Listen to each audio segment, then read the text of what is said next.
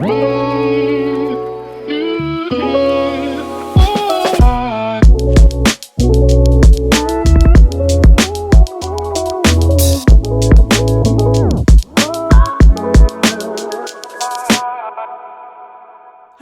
and welcome to Real Menopause Talk.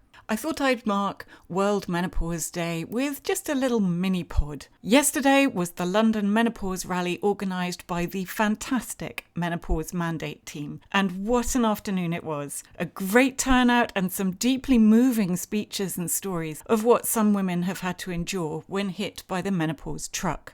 After the publishing of that article, if you know, you know, and for those that don't, the broadest takeaway was that most women experience no symptoms, and the trigger here is most women. So, after that article, I would like to say that perimenopause onwards is not a death knell. It is not the terrifying monolithic experience some may lead you to believe. It just needs to be managed well. For those of us who go through this transition at more or less an average time, as biology would more or less plan, there is much you can do to make this a great time of life. For those who go through surgical or premature menopause, it's a different matter. And as I understand it, HRT is an essential component to make this part of life a good one. There are many parts of the puzzle, and for some, HRT is either not an option or not a choice, and it is only one part of the puzzle. Someone yesterday asked me why I was there at the rally, and was it premature menopause, which got me thinking, why was I there? Well, that was easy. To represent and to build a future where our daughters, when they reach this stage of life, are all well cared for, just as part of the fabric of society. Imagine that. But I'd not told anyone specifically of my perimenopause experience so far because it was unremarkable. It is so similar to many others that it didn't feel as though it warranted attention. Reflecting on this, isn't this what many of us do? We belittle our own experience because it's not as severe or as interesting as others. The fatigue I felt was crippling. Walking up the stairs even was an effort, and we have a fairly standard house. It's not like we live in the West Wing. The depression was overwhelming from time to time, and the anxiety still gets me now, but I'm nervous about being around people I don't know, and I can manage it, whereas previously I would rather hide at home than see my closest friends. I had terrible trouble sleeping, and my libido was through the basement floor. The mental symptoms were, for me, pretty powerful.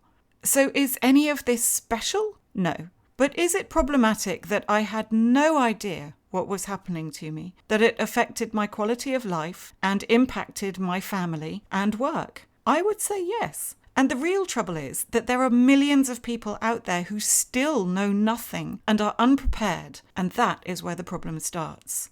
So what has worked for me, and how have I sorted myself out?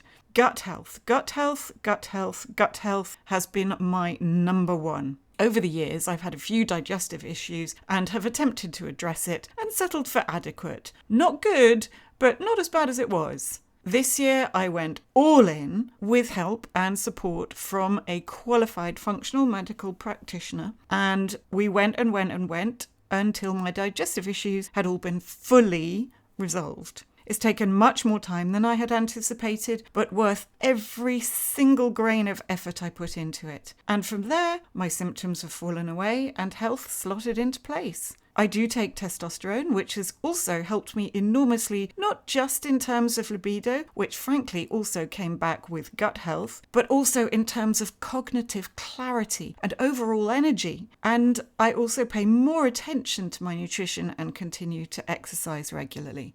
Do words still fall out of my head when I'm in conversation? Oh yeah, on a daily basis. But it's not embarrassing, I can own it, and it's pretty short-lived. Nutrition, movement, sleep, stress management, and sexual well-being can all be managed and tweaked to live optimally, not just adequately, but living life to the full. And HRT can fit into how you manage your life, should you be able to take it and should you choose. So what I feel very strongly is the need to educate everyone out there so that there's no fear, no confusion, and there are simple strategies to take on board so that symptoms do not need to become all-consuming. And from education comes choice. There is so much that is so positive that comes from this transition of perimenopause into what Luann Brizendine terms the upgrade. And into menopause, there are all kinds of levels of upgrading that we go through.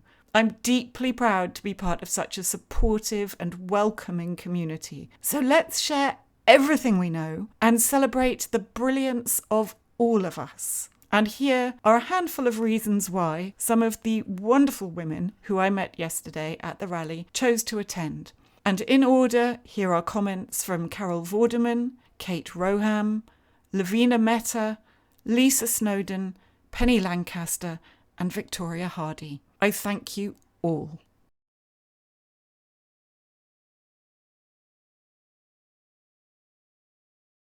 Well, I'm here supporting Menopause Mandate, and I'm post-menopause, and I've been speaking about this for quite some time, so it's lovely to see that, we finally got activism on something that actually we shouldn't have to be active about. It's like, duh! So yes, that's why I'm here. Wonderful. Yeah, so I am a menopause fitness trainer, and I'm here today because we need to get menopause on the agenda. I think what everyone is doing is great and raising the conversation around HRT, and I want to be here to support that, getting it obviously in schools and educating women. My main drive, however, is to see a little bit more talk around exercise and diet as we go into menopause, because obviously HRT can be slightly divisive. There are women that can't take it, there are women that still don't want to take it. We have to educate women and support them and let them know that they can manage many of their symptoms with exercise and diet. And when I say exercise, it doesn't have to be massively heart raising and sweaty. Movement, walking, anything like that will massively help. So I'm here to support all the women going through menopause. I'm here to support the Menopause Matters campaign. I'm here to support the Menopause Mandate, but also hopefully raise that conversation around managing the menopause holistically.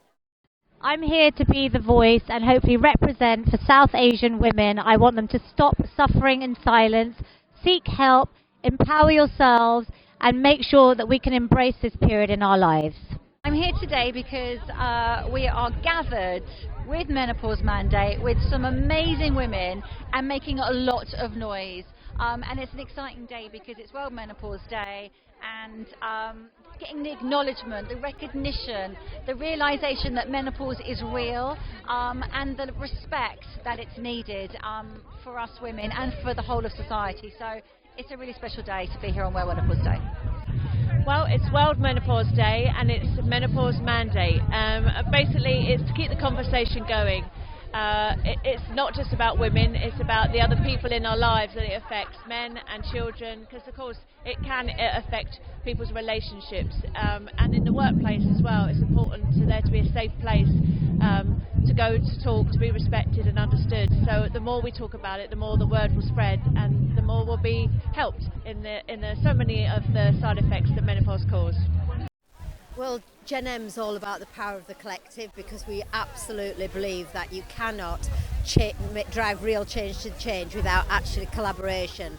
And so we're here to represent the brands that we're involved with, the 70 plus brands, but actually just being around every woman here that's come down to London to actually support the fact that so much more needs to be done about menopause, whether it's government enforcement or actually doing things for the right things. And our brands, we do believe, are doing things not because they're forced to do it, but because it's the right thing to do, and we're here to support those brands be represented here today. So all exciting stuff. So I'm here just really, obviously, as a collective of everybody's voice, and to really raise the voices of those of us also in surgical menopause and POI and premature menopause, that, just to say we're here too, and to fight for our HRT, because it's really important after surgical menopause. And that's it for today. Short and sweet to mark World Menopause Day. Thank you for listening. I look forward to seeing you in the next episode.